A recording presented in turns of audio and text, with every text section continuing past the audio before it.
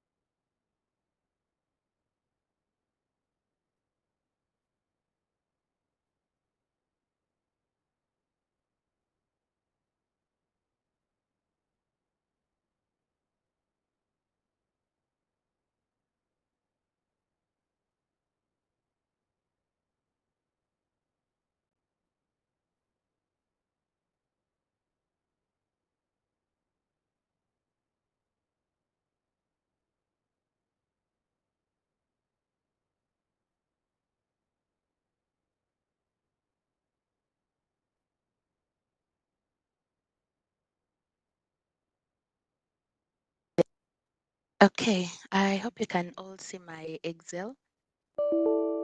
So remember we said when you have other sources of income other than employment, then your other option is to file using the Excel spreadsheet.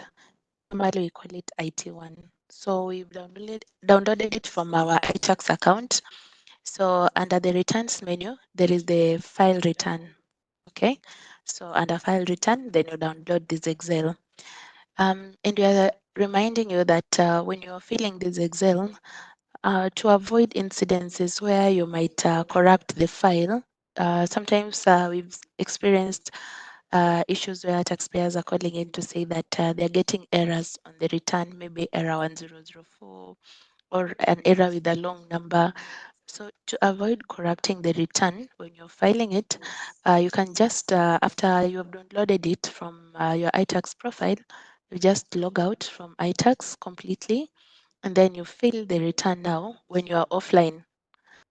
Okay, so that you avoid those incidences of corrupting the file. Okay, so for the Excel, you can notice that most of the details are not there. It's not like the ITR option where we have most of the details already pre-populated.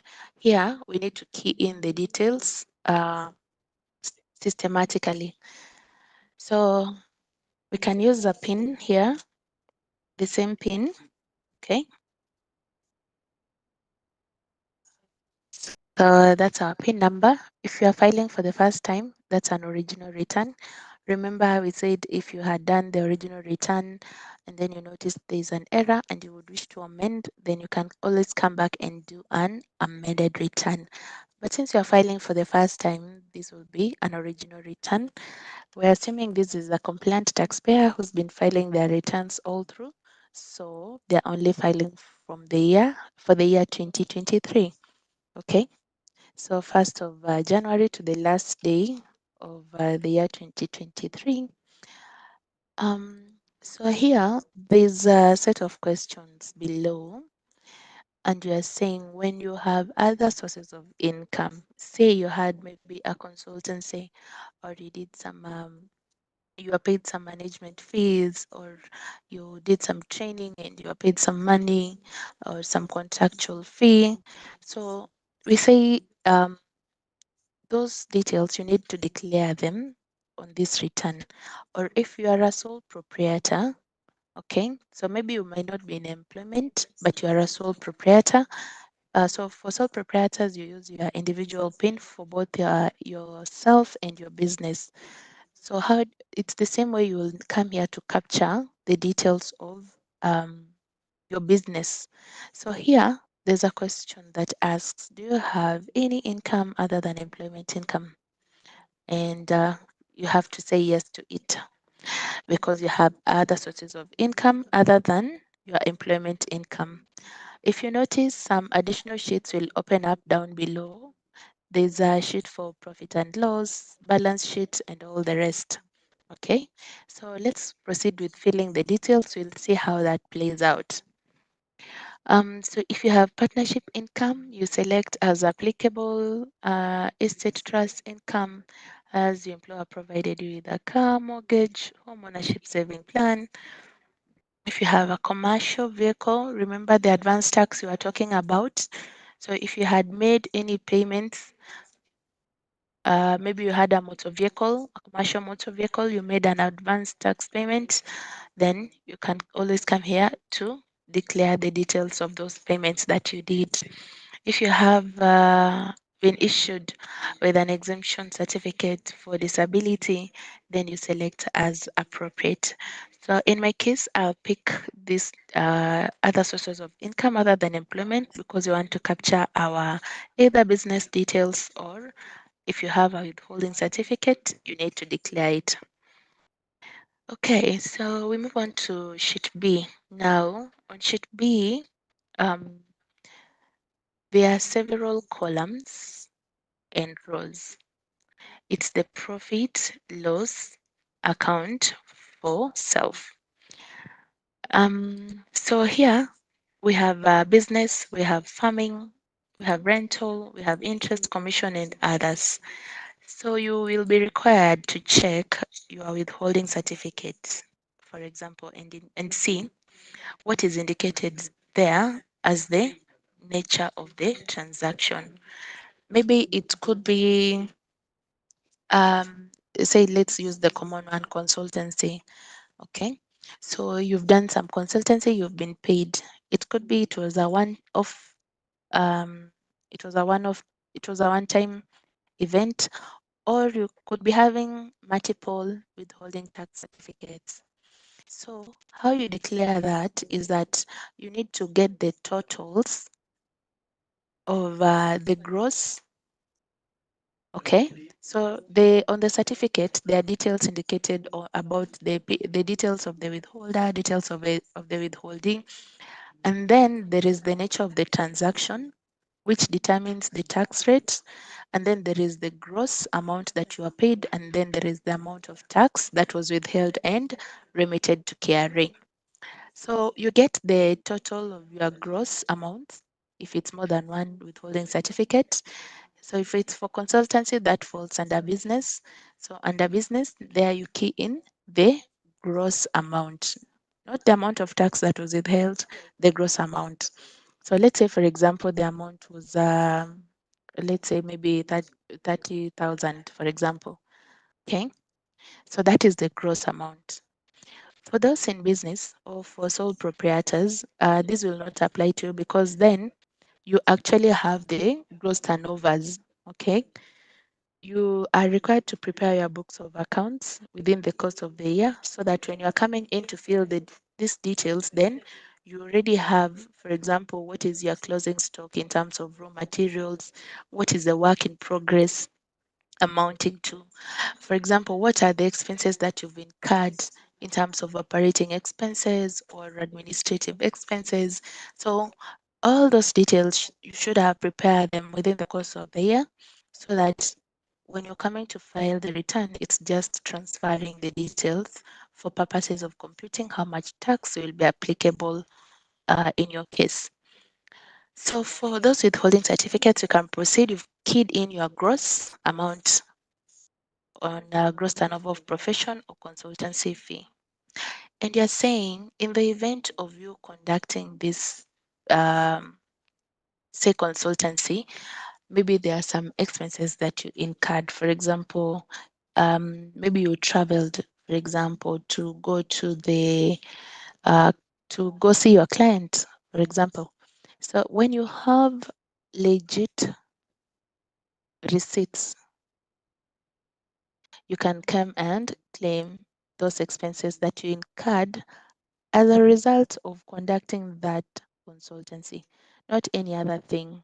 If there was any other business you are going to do in that place, say you are going to Nakuru uh, to offer maybe a training there, okay? And with in the course of you offering the training, then there are some expenses you incurred. For example, maybe um, you spent there, maybe some hotel expenses, maybe you rang to find out how long you'll stay there, and so there are some telephone expenses, maybe training expenditure, conference expenses. Maybe you incurred them at a personal level, and you have receipts, legal receipts to show that you actually incurred those expenses. You can come here and claim those expenses. Okay, so maybe you fueled your car to go to Nakuru to offer the training. So, for example, we can say those are the expenses that this person incurred and has valid receipts to show for them. So, this is the space for claiming any expense related to that nature of transaction. In our case, you are picking either consultancy or training or whatever it is. Okay, so after that, you can now go to the next sheet, the balance sheet. Now, on the balance sheet, remember, as a consultant, you really don't have assets to balance against your liabilities. Most of the time, this applies to those who are in business. So those who are maybe in manufacturing sector, they know that these are our assets and these are our liabilities, and there's a way the assets and the liabilities are balanced out. Okay, but for you who's offered a training and you really don't have like assets, these motor vehicles, furnitures, plant and machinery, okay, so you can just balance this sheet because it's a requirement for you to balance the sheet before you can proceed to validate the return. You can balance your assets by using any figure which is greater than 0. So you can put maybe 1 under assets. And then under liabilities also, you come and use the same figure so that your balance is at 1. Okay. So that's for the balance sheet. But I'm saying this is for those that maybe are doing like those consultancies, trainings, and all that. But if you are in business, if you are running a business, we really don't, we should not see you do this because you are required to balance off your assets against your balance of your liabilities against your assets so that you come and key in the correct details on this section. Then we can move on now to the next sheet D, stock analysis, which is grayed out. But for those, no, the details are there. But you realize that most of this involves those that are in the manufacturing sector. So we can just skip all the other sheets and now declare your employment income details. So for those who are in business, your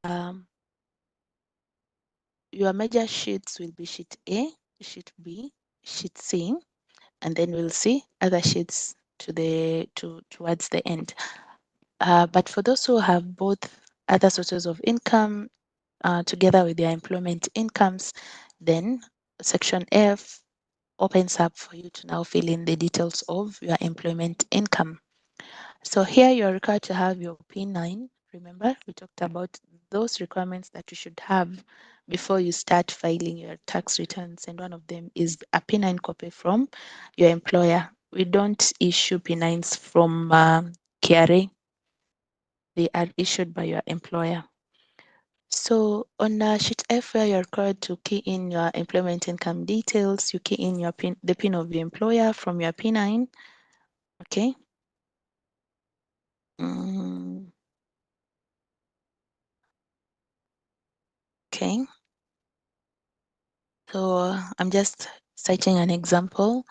The name of the employer, Carrie, for example, and then gross pay. So if you look at your P9, there are several sections. There is a section that gives you the benefits that you have received, and then there is a section D or column D, which normally gives you the gross amount. So here we are picking the gross. Okay, so if you have um, other benefits, you add them to your gross, and then that gross amount is what you key in here. So I have a sample P9, and those are the details that I'm going to use to fill in the return today. But you can check your P9. We go step by step. In case you get stuck somewhere, then we can give you a solution on how to go about it. You can also be typing in your questions on the chat if you have any. I'll be able to address them at the end of this presentation. Okay, so the gross pay I will pick for the sample P9 I have. So on your pin, you can, if you have this, if you're a teacher, for example, you don't have that defined P9. So that which you call as a taxable pay is your gross pay. So for teachers, those who are in police service, normally the P9s are not those expanded P9s with many columns, but you're saying your taxable pay is the same as your gross pay. So that is the number that you pick, the total. So I'll use the P9 I have, and my total gross is coming to 578,578. Okay. So remember we said we are adding all the other benefits to our gross. So every other place will be a zero other than the pension. If it's in excess of 300,000, then you will key in the amount. But if it's not, then you just put a zero and proceed. When we're filing our ITR for employment income, only we mentioned that there are changes that were brought about by the Finance Act on pay, and that has reflected on how we are keying in the details on our P9. Okay, so that is why we have January to June, and then again July to December. So you are required to key in the totals of your gross income from January to June on the first section where my cursor is. Okay, here. So total up from January to June, what is your gross? And then you key in the amount there. So I will total the gross of these amounts, and it's coming to okay. And then again, you go to your pension. Okay, so pension for most P9s, it's normally on column E2. Okay, so E2 of your column of your P9, the E2 column contains your pension contribution, which is your actual pension contribution. So you pick again the totals for the first 6 months. So for this P9, they didn't contribute pension for the first 6 months.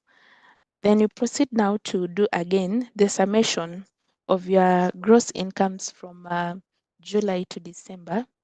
And in my case, the amount is coming to 297,684. Okay. And then now the July to December pension, this taxpayer did 2160.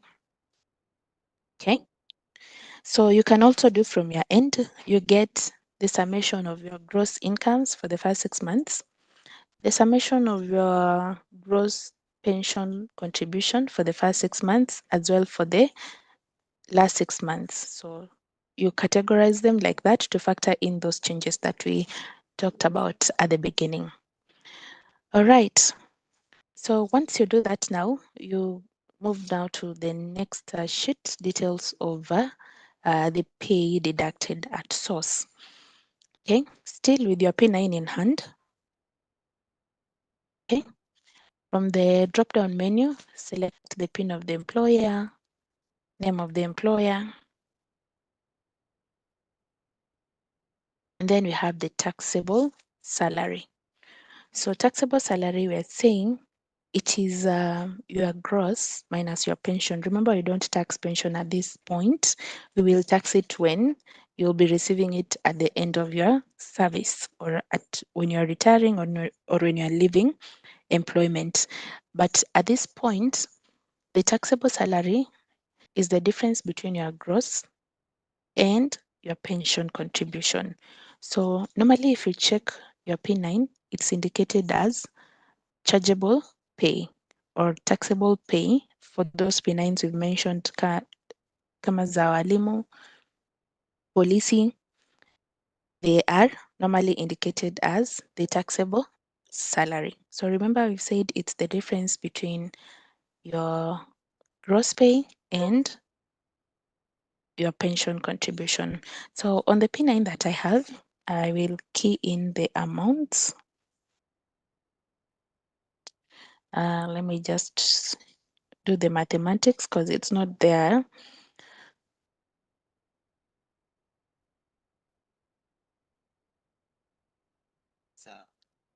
So the total is coming to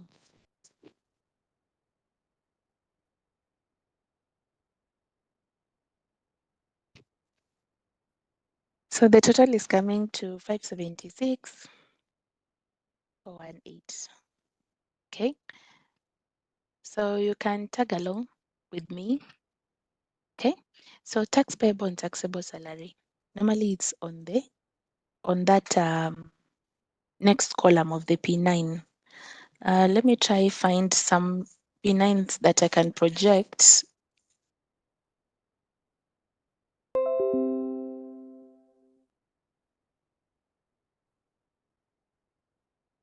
Okay, so I'll be able to see if I can find a P9 to project so that you can see these columns.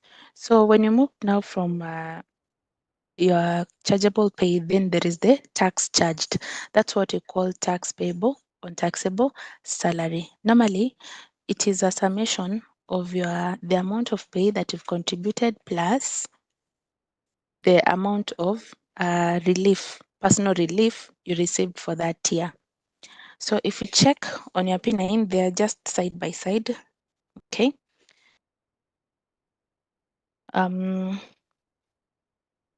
So it is a summation if you want to do it manual, but already the P9 has been given to you so that it makes your work easier.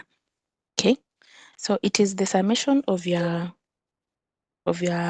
total amount of pay that you have contributed plus the personal relief for the months that you worked for. Okay. So I'm trying to do my manual mathematics. You can also do the same on your end as we fill the return together.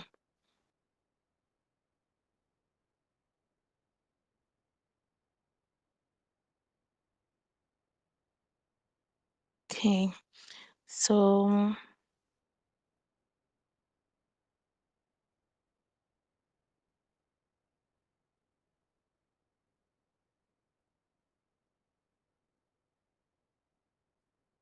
if you sum up your total paying plus your total personal relief, then you'll be able to get the tax payable and taxable salary.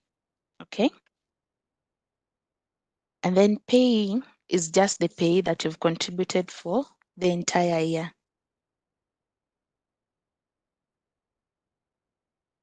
So if you check your P9, on the last column, normally, it indicates the amount of pay that you have contributed for or that has been remitted to KRA on your behalf for the entire year. So here, just check on your P9 and then key in the amount. Okay.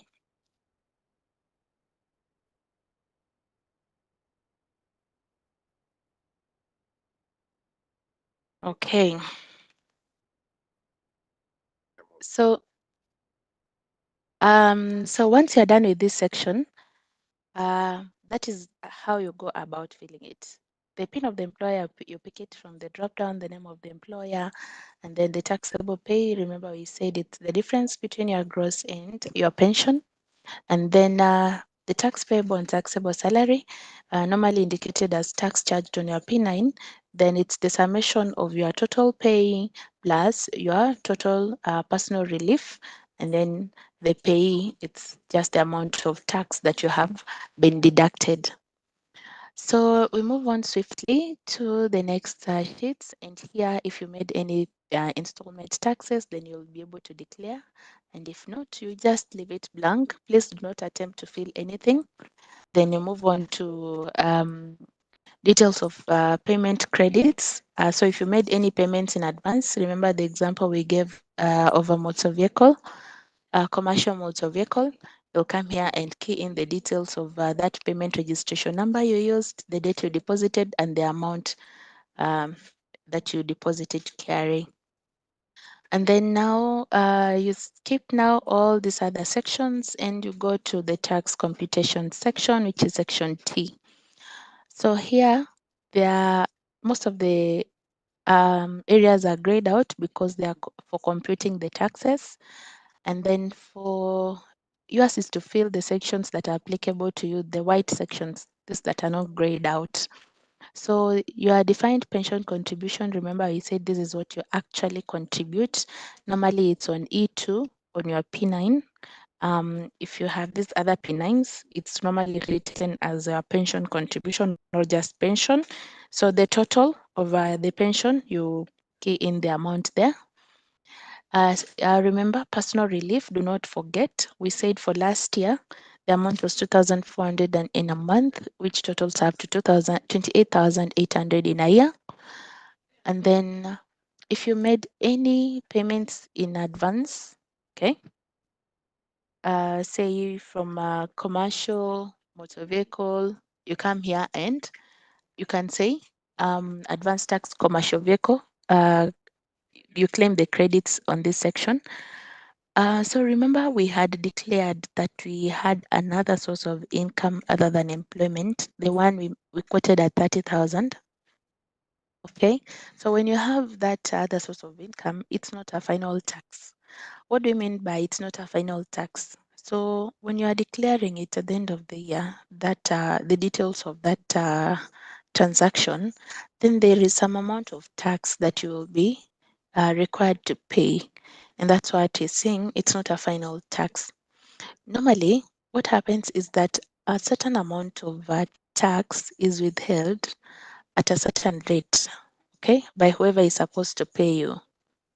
Okay, in this instance, we call them the withholder. So let's say you did this consultancy that we are talking about or training, but before you pay that amount of money, some of it is withheld at a certain rate, say 5%, and it's remitted to KRA on your behalf.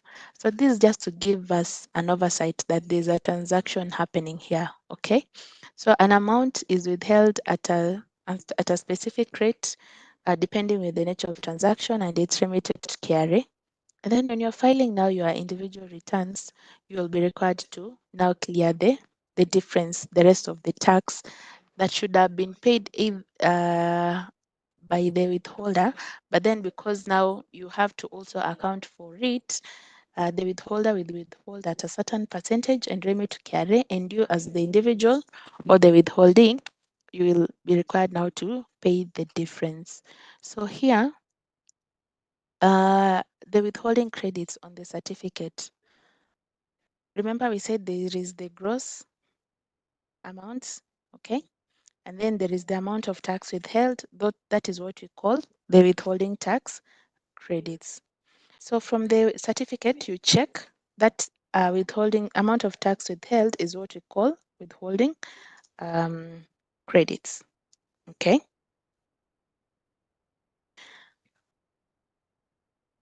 Okay. So in my case, I will the 30,000 we said, for example, it was withheld at 5%. So that gives us the withholding credit of 1,500. Okay. All right. So you can see at the end of the return, this taxpayer has a has a tax due of 6,000. So you'll be required to now generate a payment slip and make a payment of this 6,000. Okay, so this is for those who have additional sources of income. So remember, we've said withholding tax for residents, it's not a final tax. The tax is withheld at a specific rate by the withholder, and then when you are filing your returns, you'll be required to now declare the details of that transaction and pay the difference of the tax. Okay, so once you do that, you can now click on validate to zip the return. Remember, it's not a normal Excel. You don't go to file and then save as. When you click on validate, the Excel will automatically zip itself and it will be saved on your documents folder so that you can just go back to iTax and upload it. So that's just about it with regards to filing our individual returns. So sheets are ready to be uploaded. You want to generate upload file, you say yes. You can see the document has been saved in your documents folder. So so now you can go back to iTax and the returns menu and then upload the return. I think at this juncture, I'd like to open the floor for anyone who might have a question about our training today.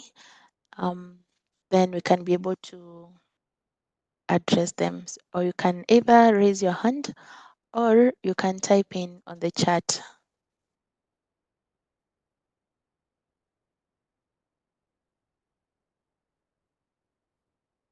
Okay.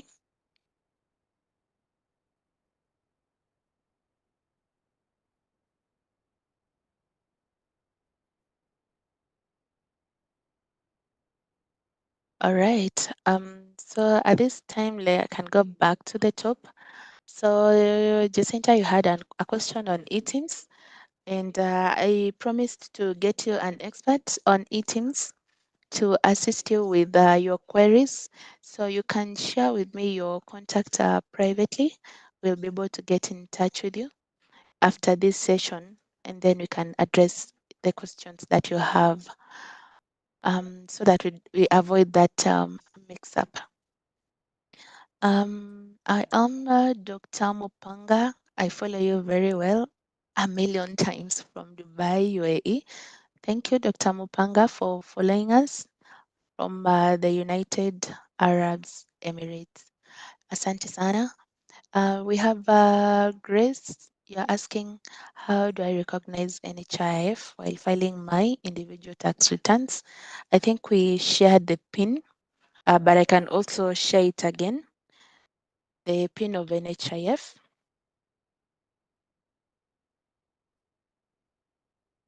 So Grace, you can get somewhere to write.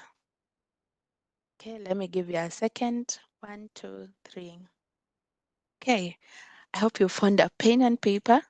So the PIN of NHIF is P051 099 232D as in Denmark.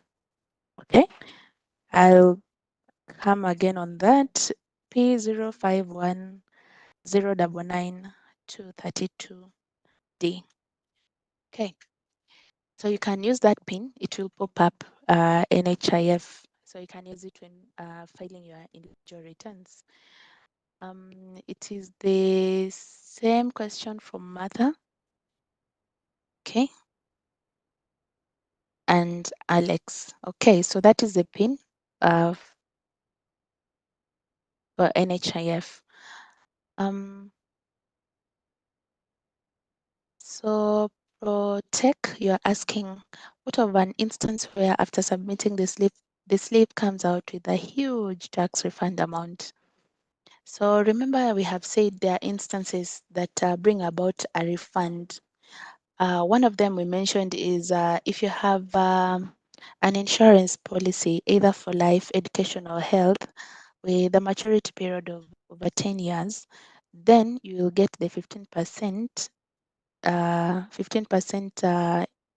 of the annual premiums paid as a refund to your account. So when you key in the details, you'll get that 15% of the annual amounts of premiums paid as a refund to your account. So if you have, let's say, 5 or more insurance policies, then you'll find out that you have a huge tax refund, which is valid.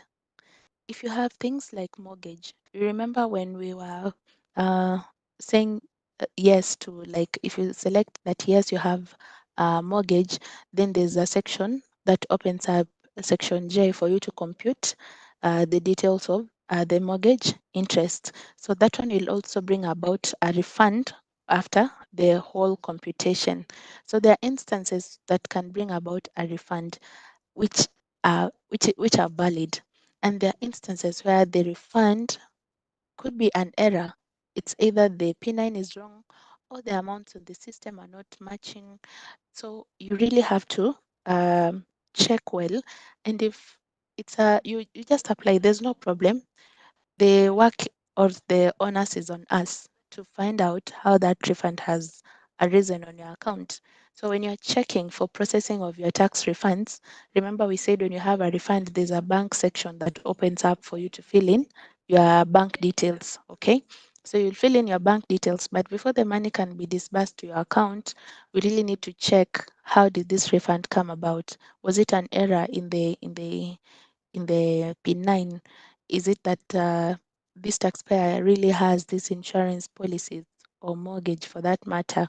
Then we can be able to process according to the documents that you've submitted for evidence.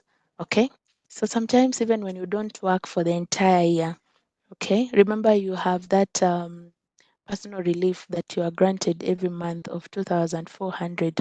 So if you don't work for the entire year, maybe you work for less months within the year, you'll find out that when you're computing your taxes, there is that the template is designed to compute ideally for the entire year. Okay.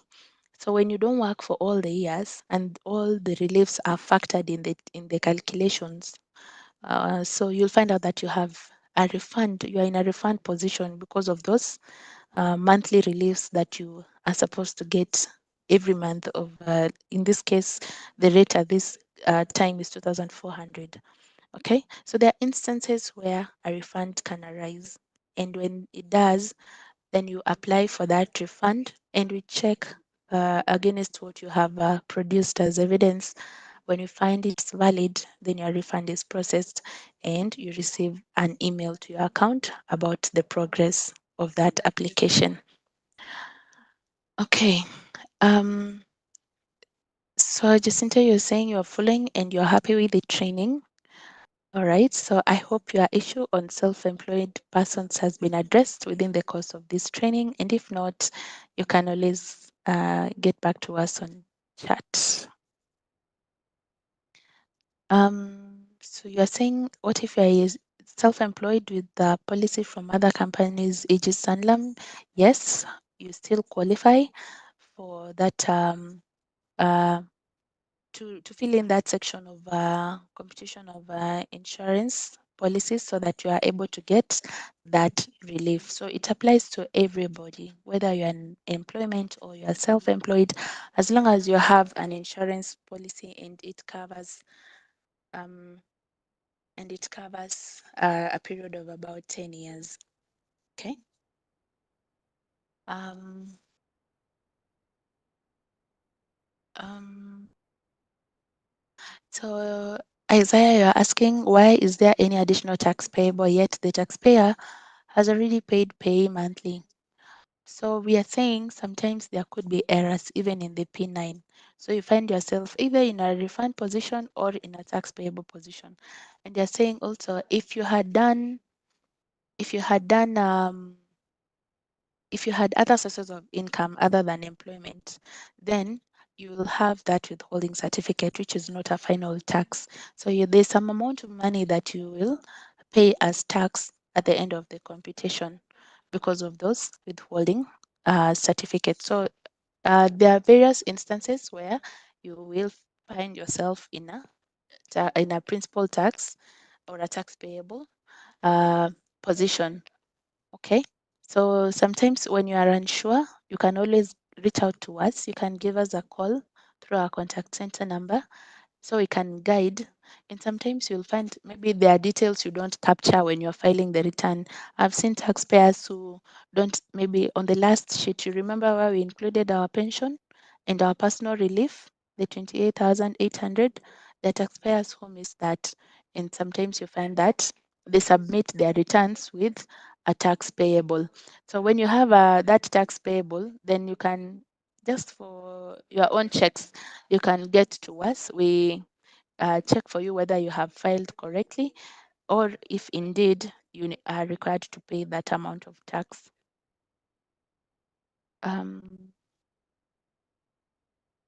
Jacinta, I wish you could share with us your phone number. Okay. All right. Thank you. I've seen it. Same to Washira. You're saying you also have, you need to install eTeams and you've provided your number. Okay. All right. Sawa sawa. We will get in touch after this training. You're saying thank you for the trainings. They are very, very helpful. You're most welcome.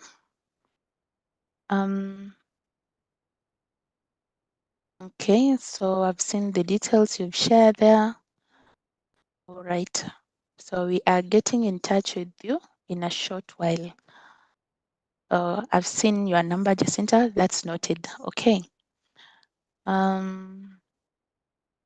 Isaiah, I don't know whether you have finished typing. You're saying in a situation where you only have employment income. So what about it? Maybe you can finish up the question and then we can be able to address that query. But otherwise, I can see we have spent our time here. It's over an hour now. But before we finish up, I'd like to mention something small about some of the things that KRA is doing to enhance efficiency for the taxpayers. And we call them the self-service options. IVR or self-service options. So these are things or mechanisms that KRA has put in place to ensure that taxpayers are able to sort themselves at the comfort of their homes without necessarily coming to KRA or giving KRA a call to do such kind of those simple things that can be done from your end. And here we are saying we have a password reset. Okay, so in the instances where you have forgotten your password, for example, do you really need to write to us, for example? Okay, if you wish to, you can, but there's a shorter route, or there is a self-service option that you can actually use to reset your password. Or your account is unlocked, for example, is locked and you need it unlocked. Instead of going the long way of writing to us an email, trying to find out whether trying to wait for us to respond to that email, then you have an option to do it from the comfort of your home. So what do? You just call the contact center number. So you dial 0711 099 999. Okay, that's our call center number. So you just go to how you make a normal call, 0711 099 999. So once you dial the number, then if you've forgotten your password, then you click option 1, which is for password reset. So you'll be required to key in your national ID number and then you press hash to confirm. It's a very straightforward process. It's not the way I'm explaining it. Okay, so when you just dial and then the system automatically just prompts you to give in the details that are required. So for example, if it's for a reset that you want to do, you want to reset your password, then you just press option 1 for password reset, then you give us your ID number, and then we'll be able to confirm, the system will confirm that that is your ID number, and then you'll receive a new email giving you the details of your password that has been reset to the email that you registered on iTax. So the catch here is that your email has to be the same email that you registered on iTax when maybe you are registering your PIN or migrating your PIN to iTax. So it's a very straightforward process. Say your account is locked and you need to unlock. The same process. You dial the number 0711 099 999, and then you press now. I think it's 2 for password reset. You will just listen in to those options that are given, whether you want to unlock your account, whether you want to reset your password. You can be able now to follow through that self-service option for whichever is applicable to you. So you can try it today and see how it works in case you've forgotten your password, and you can share with us your feedback even on our KRA social media platforms and give us your experience how it works out for you. Okay.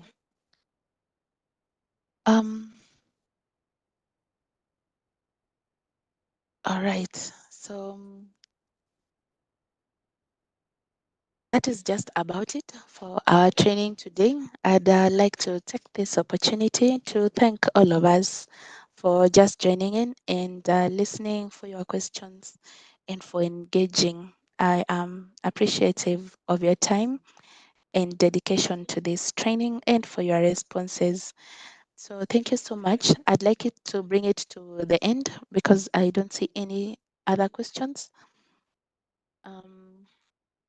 But in the event that you might have a question and you need us to address it, please feel free to call that contact center number.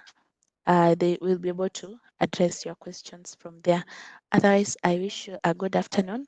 Allow me to say a word of prayer before we finish.